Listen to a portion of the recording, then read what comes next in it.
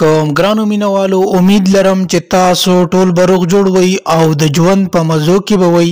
نو ډیر افسوسناکه دردناکه واقعه مخې ته راغلې ده. د مردان کټلنګ سره تعلق لرونکي یو ظالم پلار را پاسېدل او خپل لور او ښځه ډیر په بېدردۍ سره قتل کړه. دوستانو خپل ښځه او لور ولې قتل کړه؟ اخر کومه ګناه د لور او ښځې کړې وه چې دا ظالم قتل کړه؟ دوستانو که چېرې تاسو د مکمل معلومات نه ځان خبرول غواړئ او د سړي ولا خبرې اورئ چې آیا دا دومره ظلم او زیاتې د ولې وکړو، نو دوستانو دا ویډیو در سره تر اخره وګورئ چې تاسو د مکمل معلومات نه خبر شئ چې آیا دا ظالم دومره ظلم ولې وکړ. دوستانو ویډیو کتونه مخکې که تاسو چېرې زموږ په دې چینل کې نه وي نو زموږ د چینل مخه در سره ضرور سبسکرایب کړئ چې زموږ کومې نوې ویډیوګانې راځي چې هغه تاسو ته په اسانۍ سره در رسي او دې سره د ټالۍ نشانه مو چې تاسو د تازه معلومات نه زر تر زر خبرېږئ.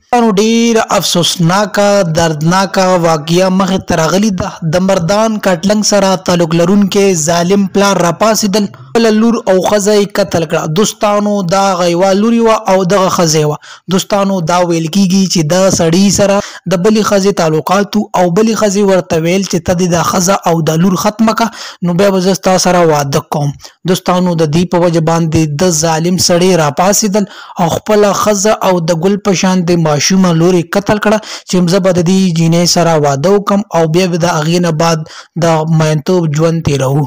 نو یقینا چې ډېر غاټ ظلم او زیاتی یې کړی دی او خپله ښځه او ډېره وفاداره او ښایسته ښځه یې قتل کړه.